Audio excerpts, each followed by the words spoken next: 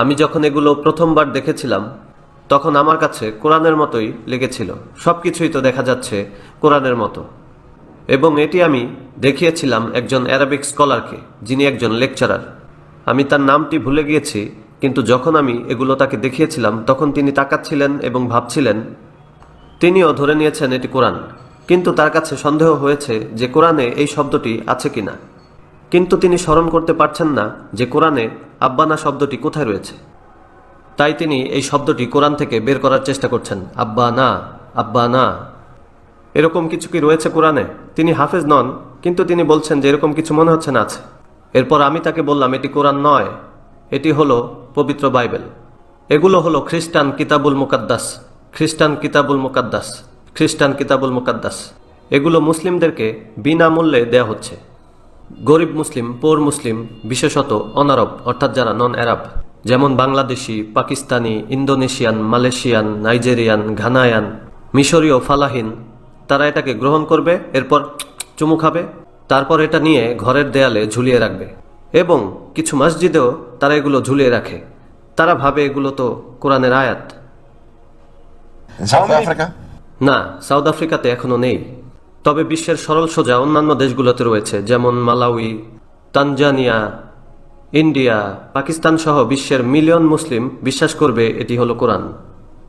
এরপর চুমু দিয়ে দেয়ালে ঝুলিয়ে রাখবে। এটি তাদের একটি টেকনিক। তারা জানে কিভাবে ধরতে হয় ফিশ। তারা জানে মাছ কি পছন্দ করে, মুসলিম সামাক। বুঝলেন? দি আমেরিকান একজন ফিলোসফার বলেছিল, আমার পছন্দ স্ট্রবেরি এবং ক্রিম। যেমন ডেজার্ট, পছন্দ স্ট্রবেরি এবং ক্রিম, কিন্তু মাছ ধরার সময় ব্যবহার করি পোকা। কেন জানেন? কারণ ফিশ পছন্দ করে পোকা। তাই মুসলিম ফিশদের জন্য এগুলো। তারা এসব পছন্দ করে না, বরং ঘৃণা করে। কিন্তু তারা এখন এভাবেই ধরছে মুসলিম ফিশ। এটি দেখুন, তারা আপনাদেরকে অফার করছে 2 বছরের ক্যালেন্ডার ফ্রি। বিউটিফুল। আমি এগুলো একজনকে দেখিয়েছিলাম, যিনি হলেন আরব শেখ। সে বলছে আল্লাহ মুহাম্মদ। বললাম ইয়া আখি, আরেকবার ভালো করে দেখুন। সে বলল আল্লাহ মুহাম্মদ। বললাম ভালো করে দেখুন। এরপর তিনি বললেন আল্লাহ মুহাব্বাহ। একজন আরব শেখ যদি কট খেয়ে যায় তাহলে কি অবস্থা গরিব বাংলাদেশের, অথবা একজন হিন্দি, ঘানায়ান অথবা নাইজেরিয়ান। দেখে মনে হয় আল্লাহ মুহাম্মদ, আল্লাহ মুহাম্মদ। তারা ধরছে মুসলিম ফিশ। তারা আমাদের সন্তানদেরকে দিচ্ছে স্টিকার, স্টিকার লাগাচ্ছে বইতে। আব্বা না। মুসলিমরা এটি নেয়ার পর ভাবছে রব্বানা আতিনা ফিদ্দুনিয়া হাসানাতাও। না না, এটাই হচ্ছে মানুষের মন। দেখুন, আমরা পরিচিত কিছু পড়লেই মনে হয় যেন এটি আমার স্মৃতিতে যা রয়েছে ঠিক এটি তাই। ধরছে মুসলিম ফিশ, মুসলিম ফিশ। আল কিতাব, আল কিতাব, মনে হচ্ছে যেন জালিকাল কিতাবুল লা রাইবা ফিহি হুদাল লিল মুত্তাকিন। এটাই তো ভাবছেন, কিন্তু না, এটি পবিত্র বাইবেলের কথা বলছে। তারা এগুলো আপনাদেরকে বিনামূল্যে দিচ্ছে। এই যে এখানে একজন মুসলিমকে দেখতে পাচ্ছেন, দেখে মনে হচ্ছে সুদানি অথবা ঘানায়ান। মুসলিমটি মাটিতে বসে পাঠ করছে সুফি তাসবিহ, সুবহানাল্লাহ সুবহানাল্লাহ সুবহানাল্লাহ, এবং এর উপরে রয়েছে লেখা ইন্নাল্লাহা ইউবাশশিরুকি বিকালিমাতিম মিনহু ইসমুহুল মাসিহ ঈসা ইবনু মারইয়ামা। আরবিতে লিখে রেখেছে। মসজিদের বাইরে মুসলিমদেরকে এগুলো দেয়া হচ্ছে একদম ফ্রি। মুসলিমরা যদি দেখে এটি কোরআনের আয়াত, চুমু দিবে, এরপর বাসায় নিয়ে কোরআনের সাথে রেখে দিবে। এগুলো খ্রিস্টান প্রপাগান্ডা। এখানে আরেকটি বই, কেন আমি খ্রিস্টান হয়েছি, লিখেছে সুলতান মোহাম্মদ পল। আগে ছিল সুলতান মোহাম্মদ, এখন হয়েছে পল। আপনি তো রাগ, কিন্তু যখন বইটি খুলবেন ভেতরে দেখবেন কোরআনের আয়াত। আয়াতগুলো কোরআনের। এটা দিয়ে তারা স্বীকার করছে মুসলিম ফিশ। আমরা যখন কোরআনের আয়াত দেখি অটোমেটিকলি এটাতে চুমু দিয়ে থাকি। এই অভ্যাসটি আমরা চাষ করেছি। যদি দেখি আল্লাহর কালাম,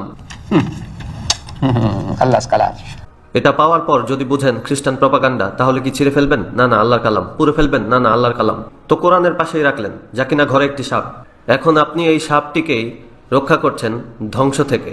এটাই হচ্ছে তাদের মাস্টার সাইকোলজি। দেখুন আরেকটি, কাইফা নুসল্লি। প্রোডাকশনটি অনুভব করুন, মনে হয় সিল্ক। কাইফা নুসল্লি আমাদের সলাট নিয়ে উপহাস করছে। আপনি যদি এর সাথে একমত নাও হন, তবুও এটি না পড়ে থাকতে পারবেন না। দেখুন কত সুন্দর প্রোডাকশন। তারা তাদের কাজ করছেই, করেই যাচ্ছে। সবগুলোই এমন, এরকম অসংখ্য রয়েছে। আমি যদি একটা একটা করে দেখাতে থাকি, এখানে দেখুন একটি লোকটিকে দেখুন, আশ্বাসের উৎস। এই লোকটি একজন হিন্দি, তার নাম কে কে আলাউই। সব মুসলিমই বলবে সে মুসলিম, আর দেখতেও মুসলিমের মতোই। আপনি আমার ইন্টারভিউয়ার, অথচ আপনি ক্লিন শেভ করা। আর এই লোকটিকে দেখুন, তার রয়েছে স্ট্যান্ডার্ড সাইজের দাড়ি, যেমন জুলফা। আমাদের নবী সাল্লাল্লাহু আলাইহি ওয়াসাল্লামের মতো সেও লম্বা চুল রেখেছে, জুলফা। এটিও যেন সিল্ক, আরবিতে। আপনি যদি ইংলিশ না জানেন তাহলে রয়েছে অ্যারাবিক। পড়তে চাইবেন না? ফ্রি, বাকশিস, সবগুলোই দেয়া হচ্ছে। বাকশিস, বাকশিস, হাদিয়া, হাদিয়া, হাদিয়া। এগুলো দিয়েই স্বীকার করছে মুসলিম ফিশ। এখন এগুলোর সমাধান কি? দেখুন, যদি নিজের সম্পর্কে বলি যা আমি করছি, আমি নিজের ঢোল নিজেই পিটাচ্ছি। আমি চাই মানুষ আমাকে জানুক। ও আল্লাহ, আমার এটি প্রয়োজন নেই, আমার এটি দরকারই নেই। আমার এখন ৭৬ বছর বয়স।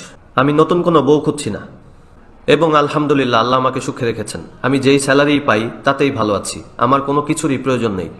আমি আমার কোনো বই বিক্রয় করি না। মিলিয়ন মিলিয়ন বই বিনামূল্যে দিচ্ছি। আমার বইগুলোতে কোনো কপিরাইটও নেই। আমার ভিডিও টেপগুলোতেও কোনো কপিরাইট নেই। আপনারা বিক্রয় করুন, ব্যবসা করুন, উপার্জন করুন।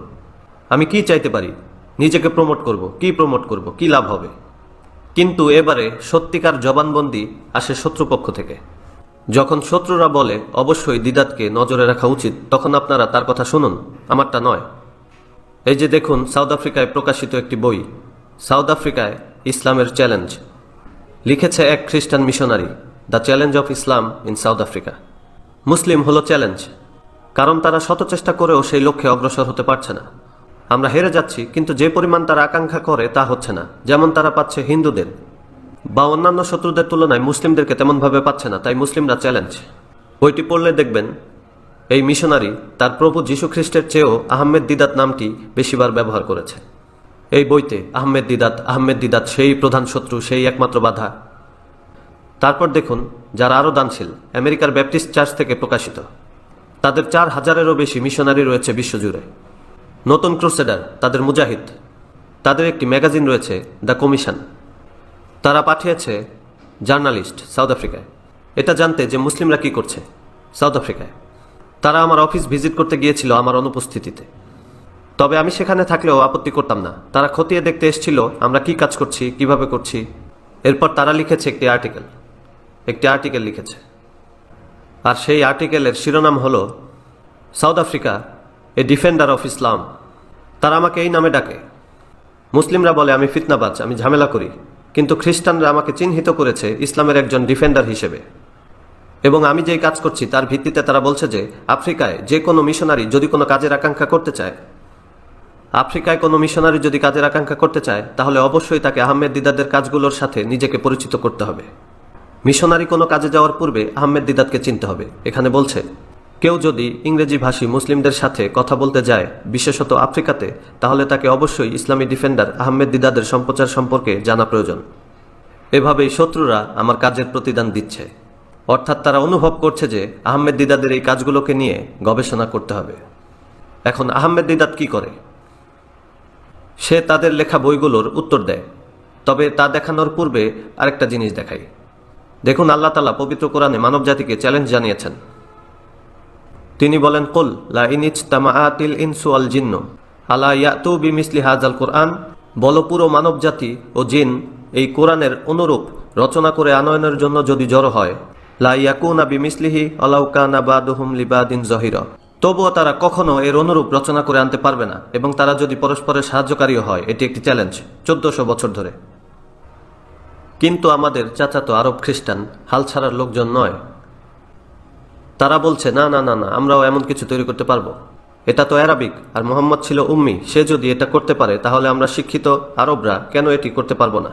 তাই তারা একটি তৈরি করে দেখিয়েছে। তারা বলছে কোরআনের সেই চ্যালেঞ্জের জবাবে এই নতুন বইটির শিরোনামে বলা হয়েছে সিরাতুল মাসিহ বিলিসান আরবি ফাসিহ। এটাই তাদের দাবি, বলছে ফাসিহ। এটি ছাপা হয়েছে সাইপ্রাসে আর ব্যবহার করছে, দেখুন তাদের ব্যবহৃত ফরম্যাটটি হলো কোরআনিক। আমাদের কাছে উপস্থিত করেছে আরবি ভাষায়, এবং আমি এখন চাইব এটি আপনি নিজেই পড়ুন। দর্শকদের উদ্দেশ্যে আমি চাই আপনি পড়ুন, কারণ এটি অবশ্যই আপনার ভাষা। আমি চাই উপর থেকেই পড়া শুরু করুন, যেমনভাবে আপনারা সাধারণত কোরআন পড়ে থাকেন। শুধু ভাবুন এটি কোরআন, এবং সেই স্টাইলেই পড়তে থাকুন। باب السكينة 27 باب السكينة مقدسي কেন মাকদেসি? because it was revealed in بيت المقدس. হয়তো হয়তো হতে পারে এটি তাদের দাবি। হ্যাঁ, তারা ইঙ্গিত দিচ্ছে মুসলিমরা তো জানে কেবল দুই ধরনের সূরা, মাক্কিয়া মাদানিয়া, মাক্কিয়া মাদানিয়া। কিন্তু সবাই তো শিক্ষিত নয়। মুসলিম তাদের 90%-এরও বেশি অনারব। তারা তো কেবল শুনেছে মাক্কিয়া মাদানিয়া। তারা ভাববে হয়তো আমাদের নবী সাল্লাল্লাহু আলাইহি ওয়াসাল্লাম মিরাজের রাতে বাইতুল মুকাদ্দাসে সকল নবীকে সলাতে নেতৃত্ব দিয়েছিলেন। হয়তো সেখানে কিছু ওহী নাজিল হয়েছিল। তো তাই কারো কাছে মনে হতে পারে 114টি সূরার মধ্যে সম্ভবত একটি সূরা বাইতুল মাকদিসে অবতীর্ণ হয়েছিল। সুতরাং শব্দচয়নও ঠিক আছে। এবার আপনি পড়ুন। بسم الله الرحمن الرحيم. কোনো আপত্তি আছে? এটা কি কোরআনের মতো নয়? Does it sound like the It's Quran? Quranic. সে আসলে বুঝাতে চাইছে যে এটিও এক ধরনের কোরআন।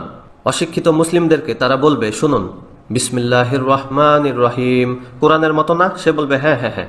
এবার আপনি পড়ুন। قل يا أيها الذين آمنوا. এবার শুনুন শুনুন, কুল ইয়া আইয়ুহাল্লাযিনা আমানু কোরআনের মতো না? কোরআনের মতো, হ্যাঁ ঠিক আছে। إن كنتم تؤمنون بالله حقا. ইন কুনতুম তুমিনুনা বিল্লাহি কোরআনের মতো। দেখুন, এটি তিলাওয়াত করা হয় মন্টি কার্লো রেডিওতে, যেন আব্দুস সামাদ আল আব্দুল বাসিত তাদের আর্টিস্ট তিলাওয়াত করে সেই স্টাইলে, যেন আব্দুস সামাদ আল আব্দুল বাসিত। আপনি শুনলে মনে হবে যেন আব্দুস সামাদ আল আব্দুল বাসিত। আমি তো জানতাম লোকটি মারা গেছে, তবে হ্যাঁ সম্ভবত এটি টেপ রেকর্ডিং। হ্যাঁ হ্যাঁ ঠিকই তো আছে, আপনি চালিয়ে যান। Is it enough? না না, আর কয়টি শব্দ পড়ুন। إن كنتم تؤمنون بالله حقا فآمنوا بي ولا تخافوا إن لكم عند الله جنات نزلا. Carry on. ها؟ Carry on. يكفي. Carry on, yes. فلأسبقنكم إلى الله لأعدها لكم ثم لآتينكم نزلة أخرى وإنكم لتعرفون السبيل إلى قبلتي العليا فقال له توما الحواري مولانا إنا لا نملك من ذلك علما. Right. It's enough. এখন আপনার মতো অত্যাধুনিক একজন আরব, আপনি ঠিকই বুঝতে পারছেন এগুলো ফানি। তারা কোরআন থেকেই চুরি করেছে ফ্রেসেস, সেন্টেন্সেস, যেন মনে হয় এটি কোরআন। কিন্তু লক্ষ লক্ষ অশিক্ষিত, অর্থাৎ 90% মুসলিমকে এটি শোনালে তাদের কাছে মনে হবে এটি কোরআনের মতোই। তারা ধরছে ফিস, এবার বলবে দেখুন আমরা সব জবাব দিয়েছি, এটা তৈরি করেছি, এবার এটিকে ঈশ্বরের বাণী হিসেবে গ্রহণ করুন। এবারে এগুলোর উত্তর কি? আমি একটি বই লিখেছি, the choice between Islam and Christianity. আপনি এখন যা পড়েছিলেন তা এখানে যুক্ত করা হয়েছে, অর্থাৎ সেগুলো এখানে পুনর্যুক্ত করা হয়েছে এবং সবগুলোর জবাব এখানে দেয়া হয়েছে।